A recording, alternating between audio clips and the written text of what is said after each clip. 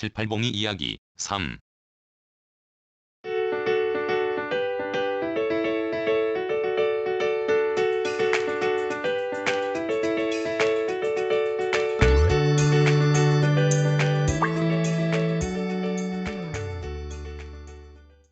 더듬어보면 지난 한때 산행하다가 길을 잃은 적이 한두 번이 아니다. 길이라는 말은 적절하지 않은 것 같기도 하여 방향감각이라 하겠다. 나름의 규칙을 정하여 산을 탔건만 잔등에서 발길을 돌리며 잠시 생각을 놓치면 이내 온 곳이 어느 쪽인지 알 수 없게 된다. 멀리서 보는 산은 높건 낮건 모두 능선 또는 봉우리가 뾰족하게 보인다. 정작 힘들게 거기에 오르면 그렇지가 않다. 아무리 낮은 야산이라 할지라도 산 잔등은 밑에서 보는 것과 달리 평평하다. 따라서 거기서 이리저리 시선을 바꾸면 몸의 자세도 바뀌기 마련이고 발이 향하는 방향도 달라진다. 이게 산에서 길을 잃는 이유가 되는 것이다. 그래서 전날 산을 탈 때 나는 시계 방향을 머릿속에 늘 염두에 두었다. 눈이 향하는 쪽을 12시 방향으로 정하고 그 방향에서 오른쪽으로 몇 시 방향 또는 왼쪽으로 몇 시 방향을 외며 산행을 하여도 산 잔등에서 올라온 길을 놓치고 당황한 적이 많았다. 사람인 나도 이러하다. 하물며 제 아무리 나보다 감각기관이 뛰어난 칠팔봉이라 할지라도 그런 일이 없으리란 법이 없다. 그걸 나는 확실히 알았다.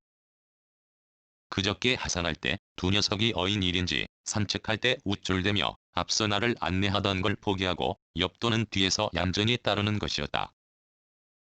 게다가 그 전날 달번말레이와 길동무가 있는 중간쯤에서 엉뚱한 곳으로 내빼던 지점도 지나치는 것이었다. 그 하루 뒤 두 녀석이 따라온 지점은 달랐다. 이에 대해 한번 말한 바 있다. 칠봉이는 무덤이 있는 곳까지 따라와서 멈추었고 팔봉이는 그보다 더 많이 따라왔던 것이다. 그런 그저께는 둘 다 나그네의 길동무가 있는 곳까지 따라 내려왔다. 이 사실이 중요하다. 이 사실로 말미암아 두 녀석의 이야기를 하려고 내 이야기부터 시작한 것이다. 두 녀석에게 부드럽게 부탁했다. 얘들아, 타고 집에 가자. 나 내일 여기 오지 않는 거 알지? 말을 알아들은 녀석들은 길동무 주변을 맴돌며 눈치를 보는 것이었다. 그러나 길동무의 문을 다 열어두고 꿰어도 듣지 않았다. 하긴 쉽게 차에 탈 녀석들이 아니다.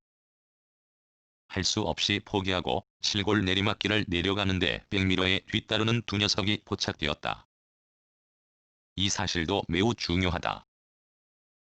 이 사실로 말미암아 나는 두 녀석이 비해당 돌아가는 산길을 잃어버렸다는 걸 확실히 깨달았다. 그런 두 녀석을 살피며 내리막길이 912번 지방도와 만나는 곳에서 좌우를 살피며 오가는 차가 있나 확인하고서 우로 방향을 잡았다. 큰 길로 따라 내려오던 녀석들이 불이 나게 도로 올라가는 것이었다. 까닭이 있었다.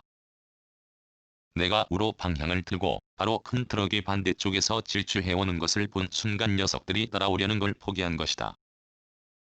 산으로 비해당해 스스로 돌아갈 수 없다는 판단을 내리고 나그네와 길동무를 따라 그리하려고 한 것임이 분명하다는 생각을 했다. 그리고 한두 시간 돌고 비해당에 들어서니 전날처럼 겉보고만만 반기고 두 녀석은 보이지 않았다. 어제는 달번말레이에 오르지 않아도 되는 날이다.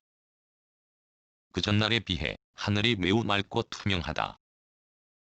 이런 날 비해당에 있을 필요가 없다. 그저 길 따라 마음 따라 나서면 된다. 그리하여 동해에 부른 물을 실컷 구경하고서 오후 4시가 넘어 행복충전소에 돌아왔다. 그때도 두 녀석이 보이지 않았다. 오늘도 못 오나 보네. 투덜거리며 장난을 거는 꼬맹이한테 애꿎게 말을 했다. 야 임마. 너는 엄마와 누나가 며칠째 오지 않는데 걱정도 안 되니 얼른 크게 불러봐. 꼬맹이는 아직 내 말을 다 알아듣지 못한다. 그리고 한 30여 분 지났다. 느낌이 이상하여 슬그머니 현관문을 열었다. 그랬더니 두 녀석이 빤히 보는 게 아닌가. 녀석들은 이렇다. 며칠 만에 왔으면 왔다는 한마디쯤은 해도 좋으련만 여전히 그 과묵한 침묵을 고집하는 것이었다. 순간 안도의 한숨을 쉬며 얼른 녀석들에게 우유를 주고 간식도 주었다. 칠봉이의 다리 하나가 여전히 제구실을 못한다. 네 발 달린 동물이 세 다리만으로 달밤말레이서 여기까지 찾아온 사실을 생각하며 역시 나의 명견들이야. 오늘 아침에 비해당을 나서며 두 녀석에게 말했다. 칠봉아. 오늘은 몹시 좋은데다 너 몸이 좋지 않으니 오지 마라. 팔봉아. 내 말 들었지? 다친 엄마와 동생 돌보며 쥐보고 있어라. 이따 너희가 좋아하는 것 사서 올게. 이 말을 알아들었을 것이다.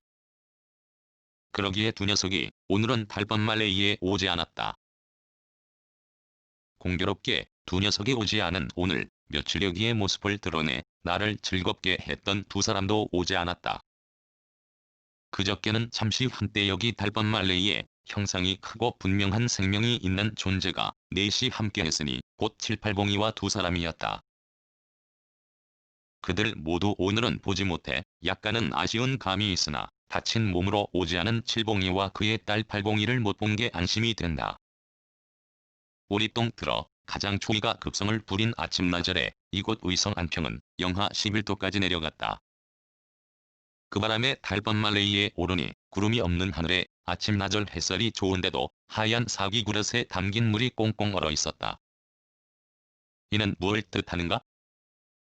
그저께 하산할 때 길동무가 있는 곳에서 더 나아가 실골 마을 버스 승강장까지 내려온 두 녀석이 어제 여기에 없었다는 말이다. 만약 그랬으면 물이 남아있지 않을 것이다. 혹시나 하여 그저께 하산할 때 두 그릇에 똑같이 물을 따라 두었던 것이다. 칠팔봉이는 그렇게 그저께 늦은 오후부터 어제 오후까지 행복충전소 비해당에 돌아가려고 갖은 애를 썼다는 게 아닌가. 이 생각에 미치자 가슴이 뭉클하면서 한편으로 또 한 번 명견이란 생각을 떨칠 수 없다. 무학생각 2020년 12월 9일 달밤말레이에서